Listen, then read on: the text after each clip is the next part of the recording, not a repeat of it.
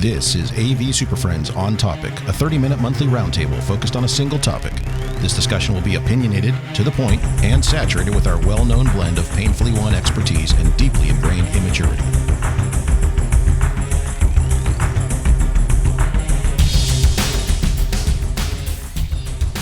For October 2021, it's the AV SuperFriends On Topic. Welcome back, everybody. Time for another Friday afternoon podcast adventure. It's Friday. It's the afternoon. We're doing a podcast because that's what we do on Fridays. Yet again. My name... Oh, what? Go ahead, Mark. I heard you. Yet again, here we are. Stepping all over my intro. Knock it off. That's the point. My name's Chris Dector. I'm joined today by Mark, who keeps wanting to step on my intro. Hey. Justin, Jamie, sorry, Larry, and we're joined today by a very, very, very special guest, Josh Kell. Josh is the CEO of Horizon AVL System Integration, and we're going to be talking to him about eSports. I need to change all my notes for this show. So welcome, Josh. Thank you for having me. Excited to be here. So basically today's show, we're going to focus on esports. That's this month's theme. It's esports. We're going to focus all on esports. But before we do that, we were talking before the show. It's like, hey, let's do some news. What do you want to talk about? Do you want to have some esports related news? No, let's find something a little bit different. Oh, I know. Let's talk about upcoming Infocom news. And Jamie, you brought up a good point. I think it's an excellent one to do it. We're going to do it right now. Instead of talking about Infocom news, we're going to talk about Infocom. So everyone listening to this right now, stop what you're doing, hit pause, go over to infocomshow.org, click the register button, give them a credit card, sign up for the show, and most importantly, sign up for two very special workshops that we are doing at Infocom. They're both on Tuesday. So on Tuesday at 8:30 in the morning, bright and early, we are doing the Higher Ed AV Project Lifecycle Crash Course. So for those of you who are still managing your projects by stacks of sticky notes and Excel spreadsheets, and maybe I have that in an email somewhere, this is going to be a good workshop for you. In the afternoon, something a little more fun, we're doing the Higher Ed AV Design Challenge, focused on developing flexible institutional standards. And that one is kind of more of a group activity, a little bit of game show aspect. We're going to have some fun with that one. But at the same time, we're going to talk about how to build out standards, not just technology standards, but learning space general standards for your institutions, and how to make those as flexible as they need to be to adapt to different situations, but at the same time ensure that you have a good experience regardless of where people are teaching or where people are learning on your campuses. So anything you guys want to say about those awesome workshops? Yeah, we are. There is a secret, though, you missed on that one special topic we're covering: how to clean touch panels. So Justin is going to give a 45-minute demonstration on the appropriate method for cleaning touch panels. With a bottle of Windex. I was wondering if in the design challenge, is it kind of like American Ninja Warrior, and is there the big water slide? It's exactly what it's like. Yep. Alligator pit, all of it. No? Yeah. Winners check, trophy, participation? Okay. Taco truck? Pat on the back. Everybody gets a trophy. Everybody gets a trophy. Good. It's just the group who comes in last place gets slimed. That's all we can do at this point. We do have some COVID restrictions. Yeah, and these are in all seriousness, we've done these a few times, the design challenge, and for those of you that just want a little bit more relaxed way to kind of move through information, I think you'll find some value in that. We do try to gamify it a hair. It's not necessarily like a straight up boxing match, but we do try to gamify it. So keep that in mind. And then the project process thing, look, we've all been through it. We all have different ways to do it. Come hear how we kind of muddle through the project process, and maybe you'll get a few tips and tricks from that. So it's what we've learned, right? Over the years, we've amassed some this is what the bare minimum you need to get done. You're doing projects, and you could go be a project manager and get a PMP and all this stuff. But we're going to distill it down to the stuff you really need to get done. Who you need to talk to, what do you need to do, what are their deliverables, and how to actually get it. Yeah, Mark, thanks for mentioning that. So it is not a project management workshop, by which I mean we're not going to come in and have you expect to have a wealth of experience and background in this. This is our project process, in the sense where we're going to talk about that basic structure and skeleton that you need to do specifically for higher education, which is kind of a weird environment because you act both as the end user at times, you act as the consultant at other times, you act as your de facto project management, and yet you're one of the people on the team who has to go do stuff. So there are some different aspects to that. So we deliberately decided to not name it a project management workshop. It's project process workshop because we want to talk about the whole thing holistically, which will involve things outside of kind of that standard, PMBOK waterfall world in there. So wait, hold on. We're not going to deep dive into a Gantt chart. There will be no Gantt charts. We can talk about them and explain what they are. And I don't know. I think we will definitely try to bring them up so people understand how to read them. But we are not building Gantt charts. We are not looking at critical path. We're not getting that deep in the weeds on any of this because we know that's. Hey, if you want to go towards that in a couple of years, that's fantastic, and you want to leverage some of that stuff in what you're doing at your campuses. But this is kind of like here's the skeleton of what you need to be doing in your projects. If you're not doing at least these things, guaranteed stuff is falling through the cracks. If you're like many people listening to the show, you probably have limited staff, limited resources, and you're looking at your mountain of things you need to get done with all your stuff coming up. And how can you do that? How can you get the most out of your tools you have and the people you have without having to go get some other crazy certificate? And we're going to kind of give you the best of how do we get it done? How do you get it done with the small staff you may have and move forward? So Chris, before we take a break, remind us again that detailed instructions on how to sign up for these things.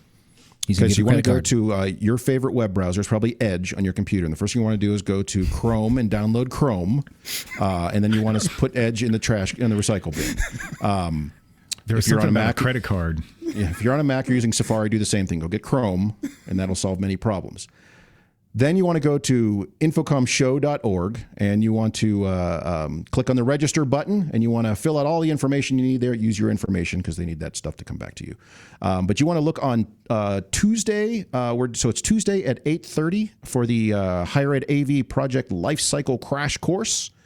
And then Tuesday at 2 p.m., the Higher Ed AV Design Challenge on developing flexible institutional standards. And these are both on Tuesday, mind you. The show itself doesn't really start until Wednesday, so you're not missing other sessions. The only thing going on Tuesday are long-form workshops and things. So take our long-form workshops because they're better than all the other ones, 100% guaranteed. If you don't agree with that, then Justin will refund your money. So just keep that receipt. Sure. And we look forward to seeing all of you who are listening right now in Orlando at InfoComm 2021 because we're going to be there. Believe it or not, this show is actually as disciplined as we get when talking about our industry. If you'd like to hear more, let's say, unfiltered content from the AV SuperFriends, then head over to avsuperfriends.com and check out our other show, Off the Rails. Join Chris, Mark, Justin, Larry, Rachel, and I as we dig into the different aspects of higher ed AV. We'll also chat about pedagogy, swoon over the shiny new gadgets, and see what other interesting topics we pull out of the mailbag. That's Off the Rails and found on our website at avsuperfriends.com. So the topic of the month here is eSports, and we were discussing how we want to approach this. In fact, believe it or not, a little bit of inside baseball. This was a topic that we suggested for the Higher Ed AV media.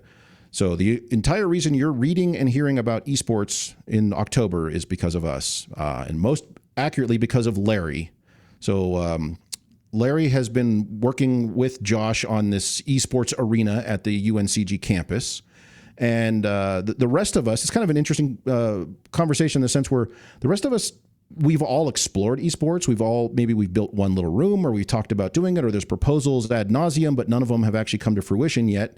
Due generally to, I would say, I don't know, is it fair to say, Josh, you've done with a lot of this, is it fair to say maybe that initial cost that might be scaring some people off, and the question of whether or not they're going to get a return on that investment? Yeah, I would say definitely. I mean, cost is always a factor, but definitely, what is this? What is esports? I think that's one of the biggest. What are we getting into? Where does this fit in our business use case? This is just people playing video games. Right. Whereas I think a lot of schools have wisely recognized it's a massive recruiting opportunity. Oh, it is. And a fantastic way to build your your student body, by drawing people to your school who may not otherwise have looked at your school in particular. Yep. So, Larry, in fact, I'm just going to turn this over to you because you and Josh have been working together on this for a while. So maybe you can give us some background on your project, and then I know you have some questions for Josh in general about esports. So, Larry, take it away. Sure thing. Thanks, Chris. Just real quick, high level for reference, we are in the middle of building a new arena. It's about 3,300 square feet total size. We already had an active esports club of about 100 members, but in addition to building the arena, we're also building a certification program and trying to put a little more formal structure around everything. The arena will have 36 gaming PCs, a center competition stage area, a broadcast booth, a console area, spectator areas outside the venues. And all of that, kind of helped me realize that building an esports arena involves building a computer lab, building a broadcast studio, building an active learning classroom, and building an entertainment venue all in the same space. And because of that complexity, I was really glad that Joshua was there to kind of walk us through it and just to give us the guidance to make sure that our ventures are successful.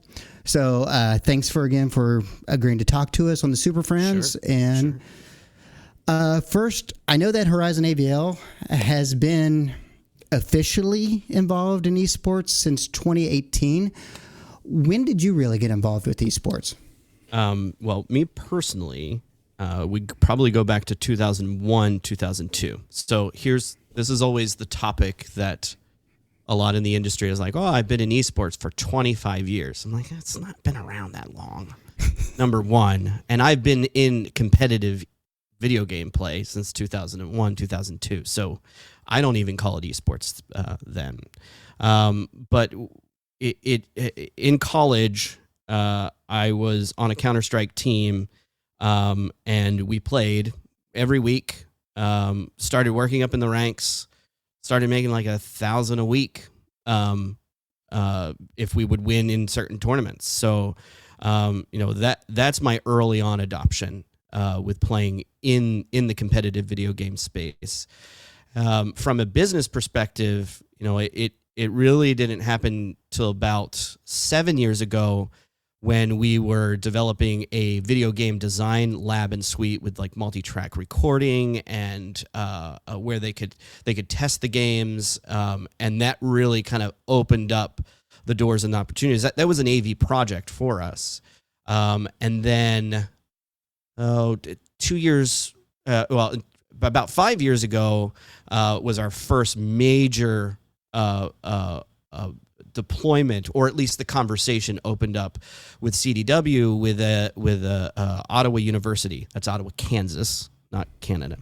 And they wanted to bring this esports thing to campus. And so we sort of engaged from that perspective, and we kind of started seeing this thing develop, and we quickly pulled back and said, I think there needs to be a little bit more thought into this, more than just these 12 PCs that you want to bring to campus. And that really then became from 12 PCs to an actual arena with broadcast and lighting and projection and basically a full integration outfit. It's interesting that you said that PC thing. Sorry, Larry. Because and Larry, I'm gonna jump in here. So I've been approached like that, and people always jump to that, right? It's like, oh, we have these computers, we want to do a computer thing. So how do you kind of overcome and reorient that conversation? Because that everybody wants to talk about this stuff, but to me, this is like a real estate thing. It is you need to have a roof to do this under, and it's significant investment. And I'm just really curious about the alignments and how do you kind of retool that conversation to really have more of a holistic conversation around this. Sure. So we say two things sort of consistently in our conversations. One sort of pertains to this, and that is authentic adoption of esports. And what does that look like? And it might be actually good to define esports. What is esports? Because we're talking about it. So, a lot of times we hear schools saying we want to bring esports, but really they're talking about gaming. And there is a difference between the two. We sort of paint the picture this way, right? Basketball. Let's pick on basketball. Basketball, we have the set of rules. The basketball court is a certain size. The ball's a certain size, et cetera, et cetera. Right? I can go to a rec center or go play a pickup game with friends, right?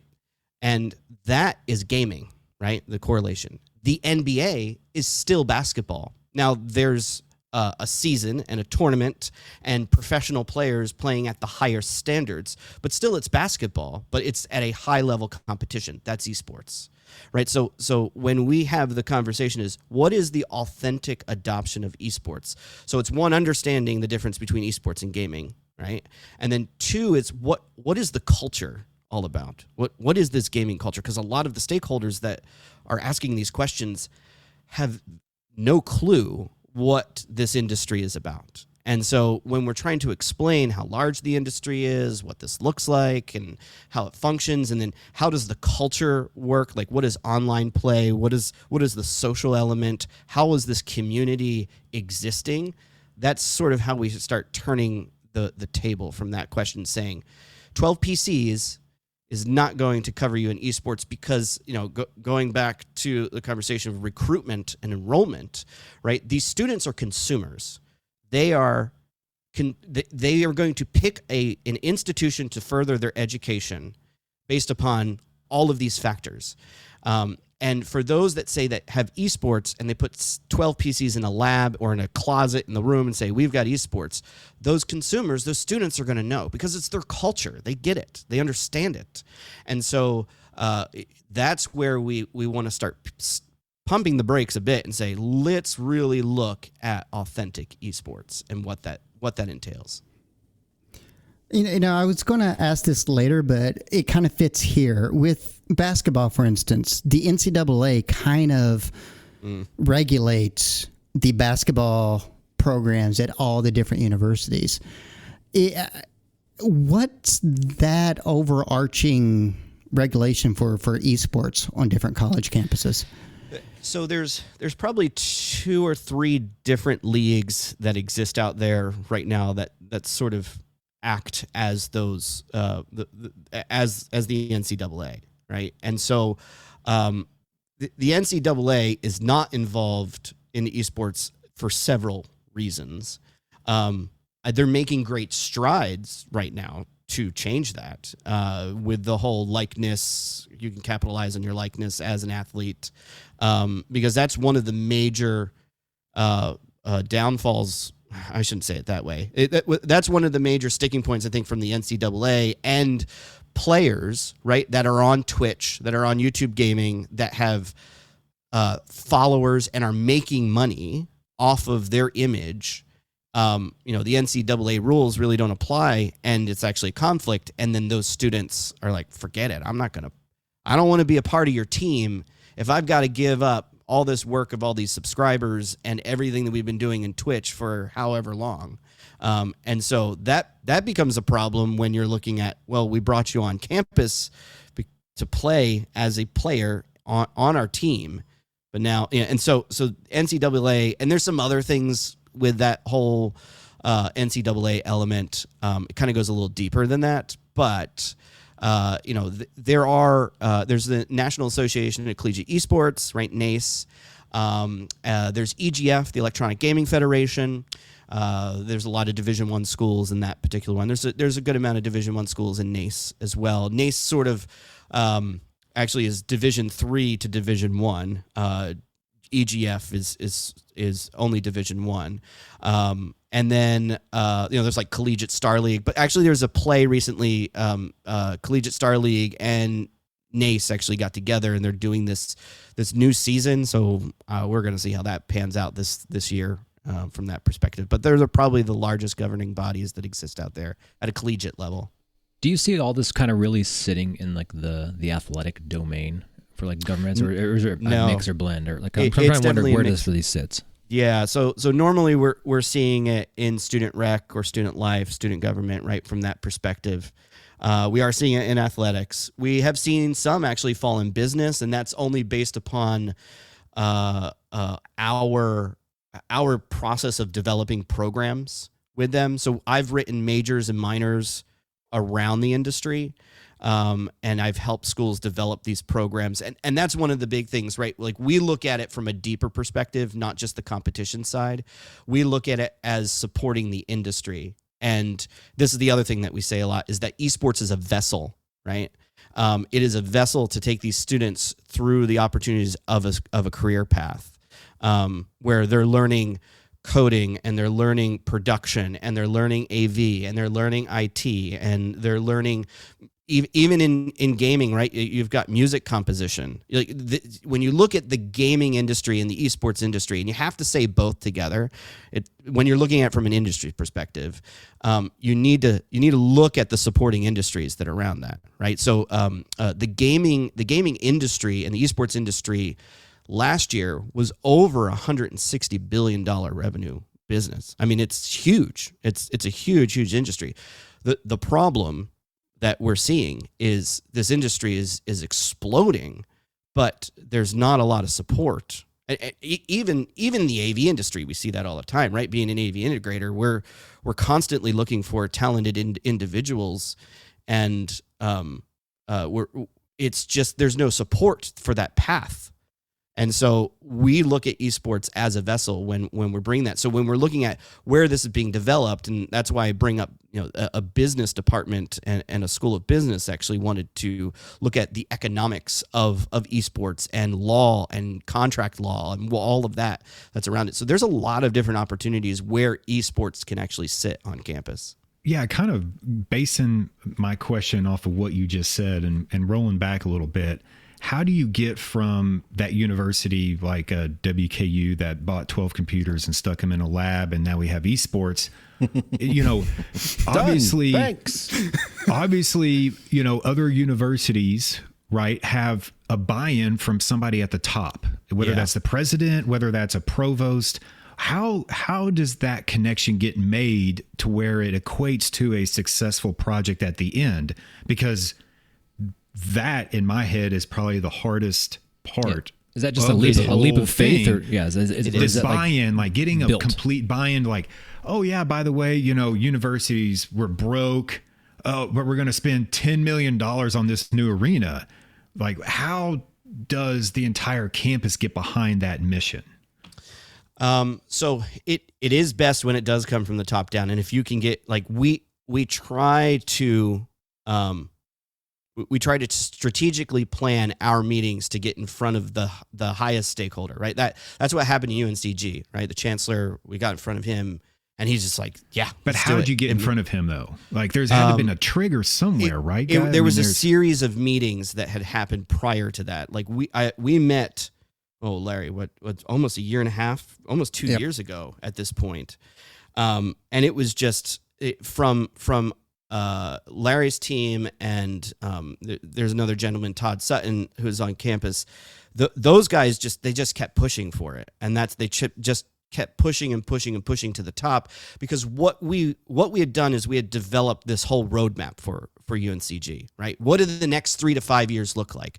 Because I think that's one of the things where the stakeholders, or you're trying to get it up the chain, they're hearing video games, but what they're not seeing is this roadmap and this plan, right? And there are other entities out there that are saying, bring esports to campus, but there's not that roadmap and that plan that exists. And that sort of is where the buy-in comes in, because we do look at enrollment recruitment numbers. We look at how to develop a good enrollment and recruitment plan. And that's part of what we offer. We're just not an AV integrator. Yes, we're going to build the space for you, but we look at the whole process, right? We look at curriculum, we look at the industry, we look at those elements. And that's where I think there's a major shortcoming when it comes to the element of presenting of, we want to bring esports. Well, what does that mean? And if there's not that roadmap or that plan, then I don't think that interest is ever going to come from the stakeholders. But because we developed that for UNCG, it was, this is what it's going to look like. And we have the next 3 to 5 years mapped out for us. So that is great. And I really think that's one of the big differentiators between what you did and what I've seen from other people is, if you look at the equipment list, it's a complex AV system, But it's an Sure. AV system.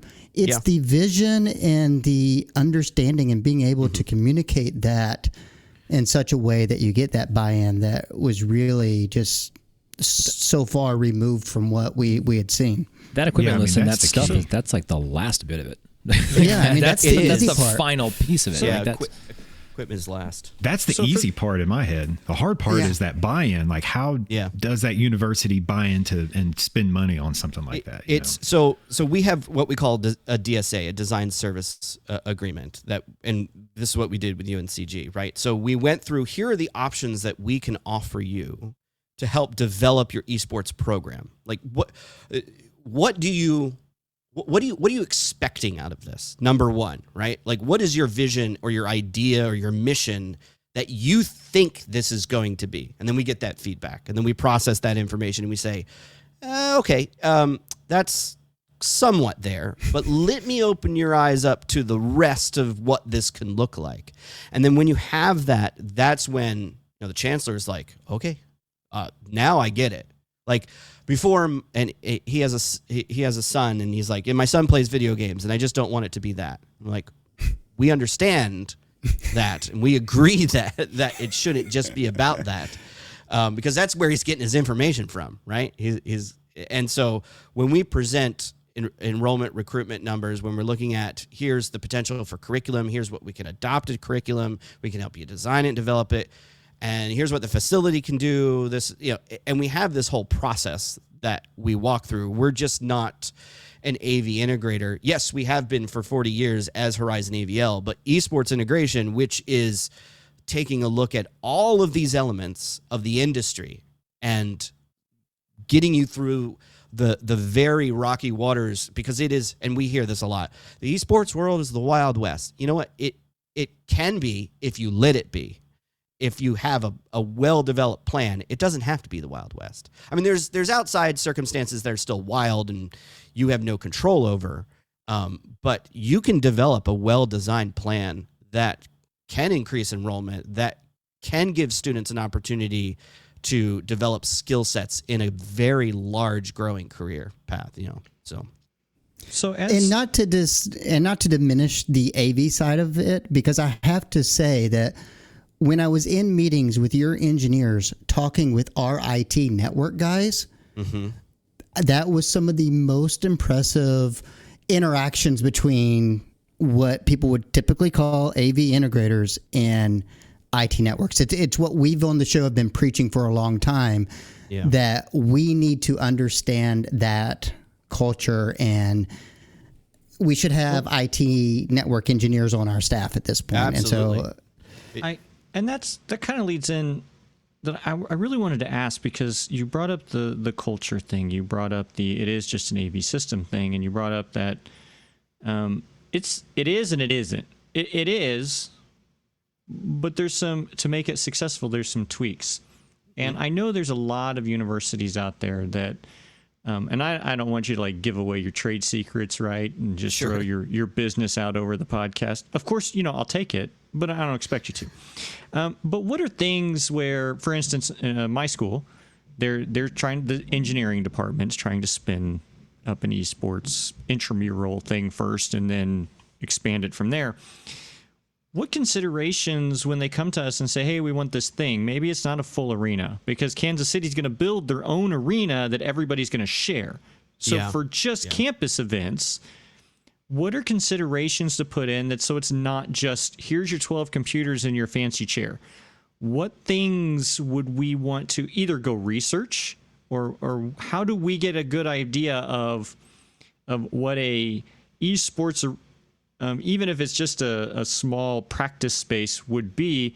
Because sometimes you look online and it's just like, well, it's got RGB strips, so it's cool, right? So give me, what are those considerations? What should we look at? Where should we go to do more research if we can't just hire you? Yeah. So, right, obviously hiring you would be a great thing, but we don't all have that option. So what do we do? Sure. So, it would be, take some time to actually go on to Twitch and watch some esports competitions. Start there.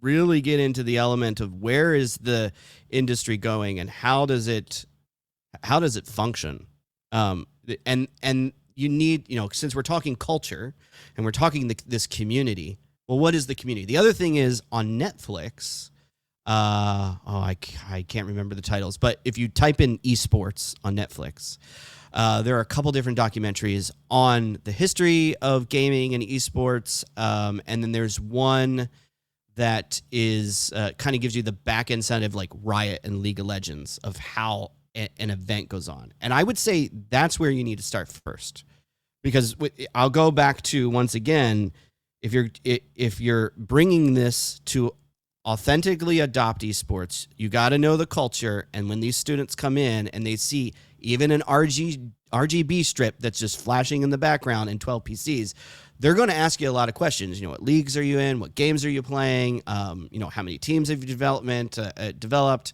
Have you won any championships? Are there any scholarship opportunities? Like, all of those things you need to take into consideration.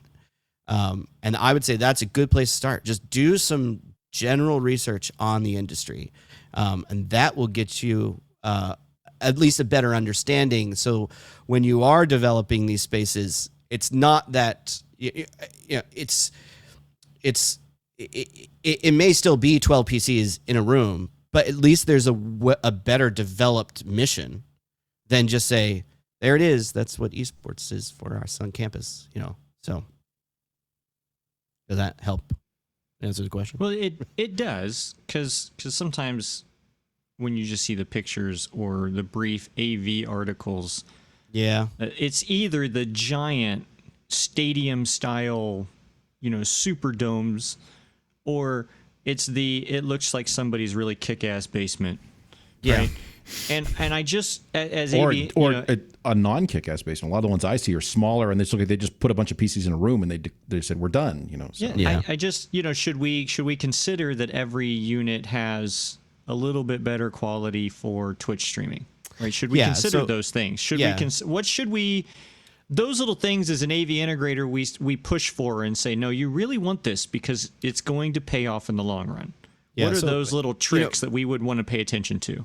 Better GPUs, in wonderful supply these days. Like the ones we can't get right now? All those. I've got 400 of them. All of those. They're all Bitcoin mining, but that's okay. Mining, exactly. I mean, really understanding the GPUs and getting good graphics cards to do what you need to do, because this is how we normally approach it, saying, well, would you go on your football field? Would you chimp out and put sand on the field? Like you're going to give your football team the best field that they can play on. Well, the PCs. A better analogy would have been soccer. Sure. Football's going to get the real field, but soccer is going to get sand. Sorry. Here we go. All right. Lacrosse. It's lacrosse now. That's the bottom feeder, not soccer. GPUs. So GPUs, definitely consider what that looks like. We see so many times, well, we got just PCs laying around in a lab. We'll just repurpose those. They got to be good. Well, if you want to play League of Legends, sure, because you can run League of Legends like on a toaster. You don't need a GPU, a heavy GPU. Or if you're going to play Overwatch or Call of Duty or even Rocket League, like, you want to consider something a little better because it's a little bit more graphic heavy from that perspective. And then from a Twitch perspective, streaming, definitely understand what that is. Twitch is huge, right? That's like, you want to make sure you're getting a Twitch channel. But Twitch is an ocean too. And, you going into the Twitch world, how in the world are you going to stand out from the tens of thousands, hundreds of thousands of other streams that are happening simultaneously and promoting that, right? But, that's part of the development. It should be, consider Twitch, consider streaming right away. I mean, you better, because that's, once again, part of the community. And then, better PCs. I mean, you can look at network infrastructure if you want to and kind of beef that up a bit. But the reality is, if you're getting decent amount of bandwidth, it's pings here and there. It's not streaming video traffic for these games. So we're not looking at a huge amount of of increase in network traffic. Okay. You ready? Lightning round. Here we go. Ready? Okay. Yeah. Okay. 4K or 720p? There's no in 1080. between. No in between. It's higher refresh. No, that's fine. That's fine. It can be 1080p. Why? Well, there's a Just brief. Why? Because I hear this all the time. It's got to be this giant thing. well, it's more on refresh rate than anything. But I mean, I don't need this massive Moron refresh resolution. rate? I love it. Yeah, it doesn't. I mean, I play League of Legends. Like I box my window really small when I play because I need to see the whole screen. But when you're looking at streaming and everything else that's happening, to get the content to where it needs to go, you don't need anything greater than 1080p because Twitch can't handle it. YouTube, if you're lucky, but really you don't need anything greater than that. And you answered the second lightning question, which was 40-inch monitor or smaller? Smaller. 24 is normally where we like to sit. 27 if you want a little bit more. But, eye motion is extremely key to a competitive player. If I have to look across, like I've got an ultra wide here. This is not good for gaming. If I have to look across the screen, that's a millisecond. That's done. Forget it. You're over. Game over. My question here is before you go, Chris, can this be done without an arena? Oh, yeah.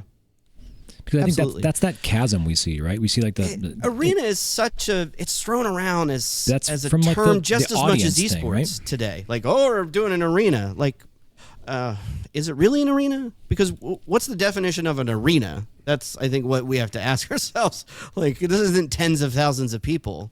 Like, I mean, we're calling it the UNCG eSports Arena, but at the end of the day, it's an eSports space, right? Yeah. It's 3,000 square feet. It's 36 machines that serve a purpose for students to come in and utilize throughout the day. And then there is a shoutcast booth, and then there's a main stage for competition, and that's it.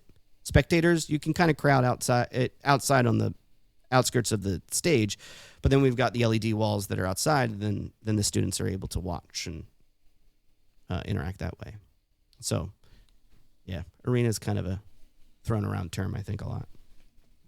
All right. Well, speaking of overtaxing PCs, in the interest of not having Mark's computer explode, hate my computer. let's take a quick break and force a commercial here, and we'll be right back. As many of you know, the Super Friends have always been better received when we have more input from you.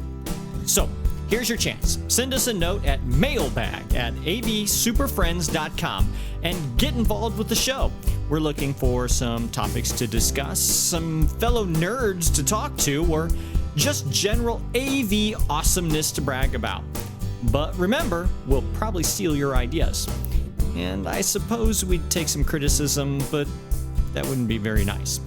Anyway, drop us a note at mailbag@avsuperfriends.com and find out how quickly we ask you to join this nonsense. And welcome back. So this conversation's been great, and as soon as our arena, in quotation marks, is officially built, we would love to have you back so we can really geek out about the technology in that space. But just kind of as a closing question, where do you see esports in the higher ed realm in 5 years? That's a really good question. So, we definitely are looking more and more at schools adopting this. I mean, there's we sort of during the process of exploring what esports looks like, right? We're sort of faced with the year 2025 when we're seeing college going population really decrease, and what we're seeing is schools that have well-developed esports programs are increasing their enrollment by like 4 to 5% specifically for that.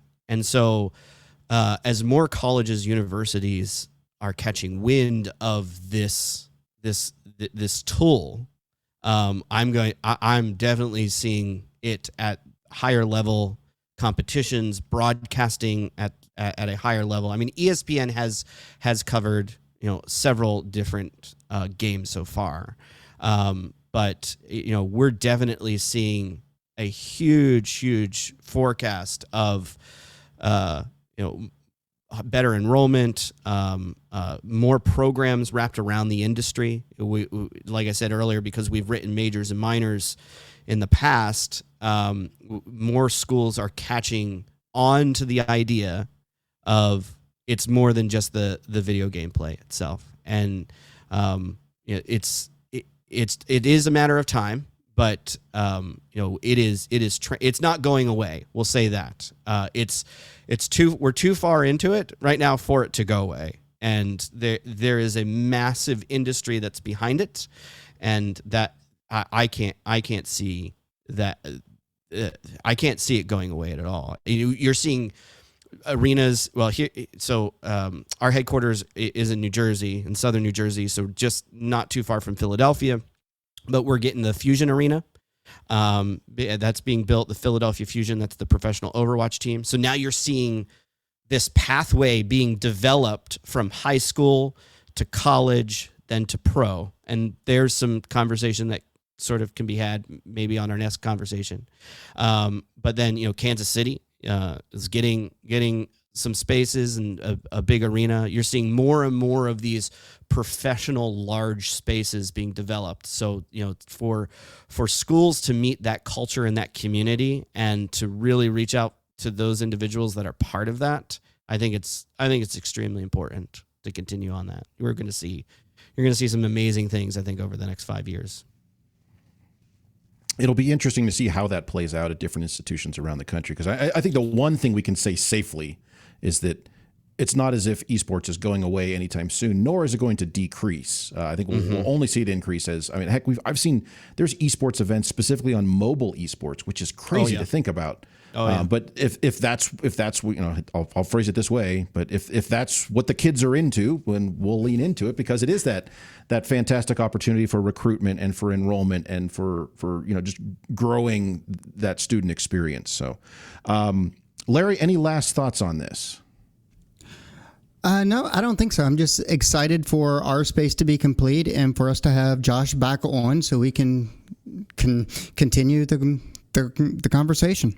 Yeah, absolutely. We will definitely have Josh back on. Josh, thank you very much for joining us. This has been fantastic. I think it's been really useful for people, especially on all the work that has to go into esports before you start buying computers and LED walls. There's so much groundwork you have to lay to kind of build that for a successful program, because anyone can just toss a bunch of computers in a room, and a lot of schools do that. And to have buy-in, to have it built from, let's look at it from a standpoint of programs and pedagogy and systems on campus, it just makes it that much more fulfilling experience. And I think it's a fantastic resource for people to go back and listen to this conversation and use that as a guidebook for this. So, Josh, anything you want to plug? Any things you want people to know about, or maybe how people can reach you so they have these questions and want to do the same thing? Sure. So you can always reach out to our website, esportsintegration.com or horizonavl.com, and you can always follow the contact information. If you want to, you can follow me on LinkedIn.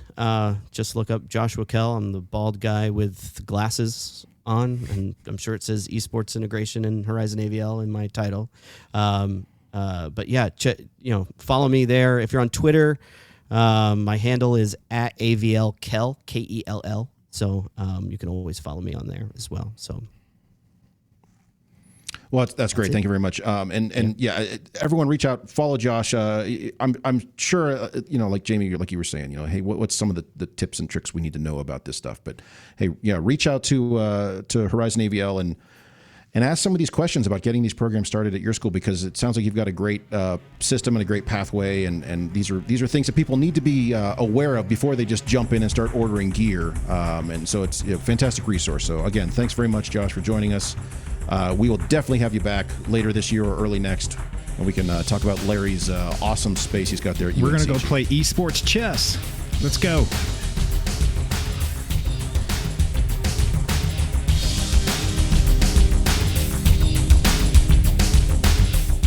Thanks for putting up with yet another episode of AV SuperFriends On Topic. You can contact us with questions, topic ideas, or general complaints at avsuperfriends.com.